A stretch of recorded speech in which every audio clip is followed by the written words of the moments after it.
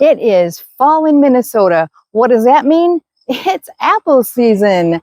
Let's make a beverage that's so far superior to just old apple juice.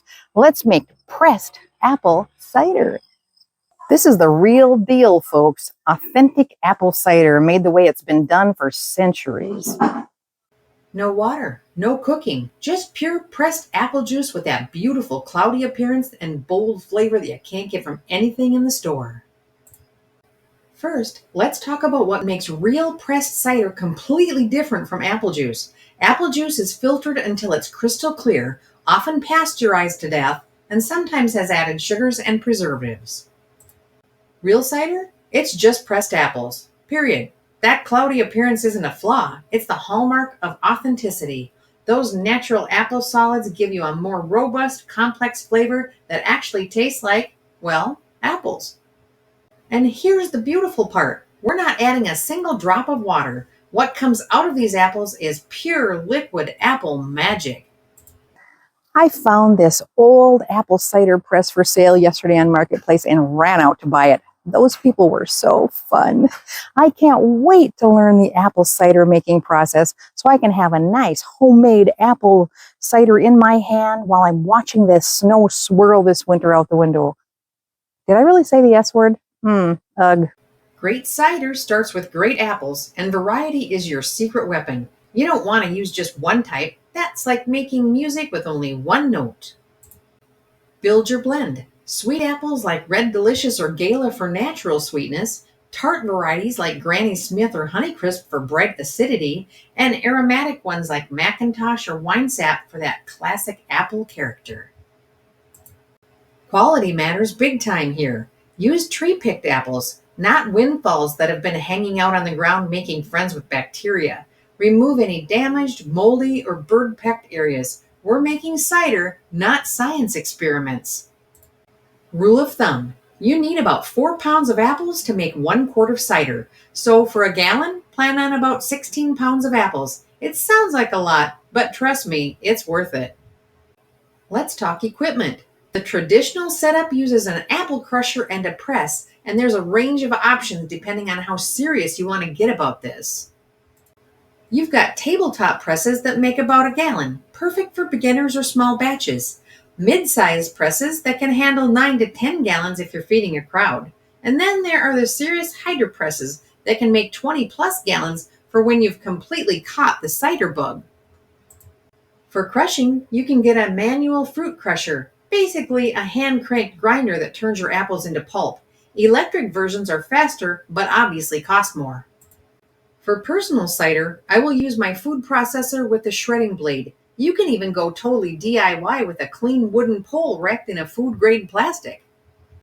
Don't have a fancy press? No problem. You can build a simple one with a wooden frame like mine has, a food-grade bucket with holes, and even a car jack for pressure. It's not elegant, but it works. No press? No problem. Try wrapping your pumice in clean cotton bags, place them in a large colander over a bowl, and press down with something heavy. A clean pot filled with water works pretty well. Or try the caveman method. Put the bagged pumice between 2 cutting boards and press down with your body weight. It's not as efficient, but hey, you're still making real cider. For the ultimate low-tech approach, just mash your pumice in a fine mesh strainer over a bowl and let gravity do most of the work. Patience is key here. First we washed our apples, then we took out all the spots and bad parts. Now we're putting them through the processor to get them all ground up.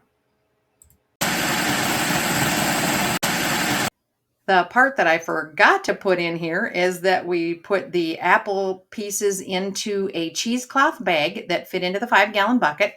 Then we tied it off and we put it into the press. Then we put the part that turns on top of that, and we started to turn it, but we're having a great deal of difficulty. We had to keep our feet on the back of the press and on the sides of it in order to do this process. So we decided the best thing would be to have a clamp added on each side of the press, especially if you're trying to run it yourself. I had just gotten done harvesting my honey, and the neighbors found a wasp nest under their deck. So altogether, the wasps and the honeybees really loved this product. The youngest of this group of 4 is 64. That would be me. So when we got tired, the 4th person stepped in. He's a lot taller and a lot stronger, and he helped us finish it out to get as much juice as we could, which wasn't very much.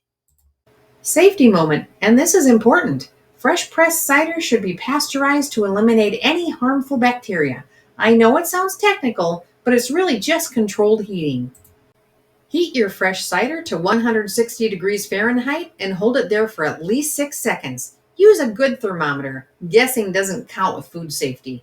Don't let it boil though, or you'll affect the flavor. If you want to be gentler on the flavor, heat to 145 degrees Fahrenheit and hold for 30 minutes. Takes longer, but preserves more of that fresh apple taste.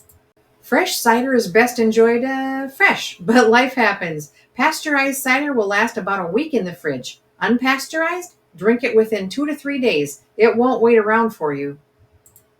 Want to save some for later? Freezing works great. Leave about 2 inches of headspace because cider expands when frozen. Properly frozen cider stays delicious for about 3 months. If you really want to get fancy, you can freeze dry your cider. It takes 24 to 48 hours, but the result can last 15 to 25 years when stored properly. If crushed into powder, reconstitute with 4 parts water to 1 part freeze-dried cider. It's like having a time capsule of apple harvest. Quick troubleshooting. Low juice yield? You probably didn't crush your apples enough before pressing. The more surface area you create, the more juice you'll get. Cider too tart? Use more sweet apple varieties in your next batch. Too bland? Add more aromatic varieties like McIntosh or Winesap. And remember, cloudy is the goal. If someone complains about your cider not being clear, you can politely explain that clear means it's been processed to death and offer them some real cider education.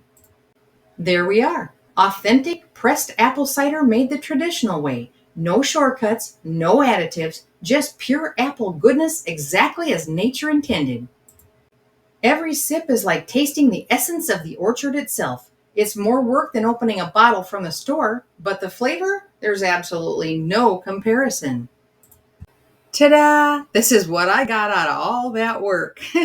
We figured out that I had not crushed the apples right, so the juice didn't come out right, and we broke the apple press. So, on to fixing the press and getting ready to do this again next year. For now, I guess I'm going to have to use the cooked variety.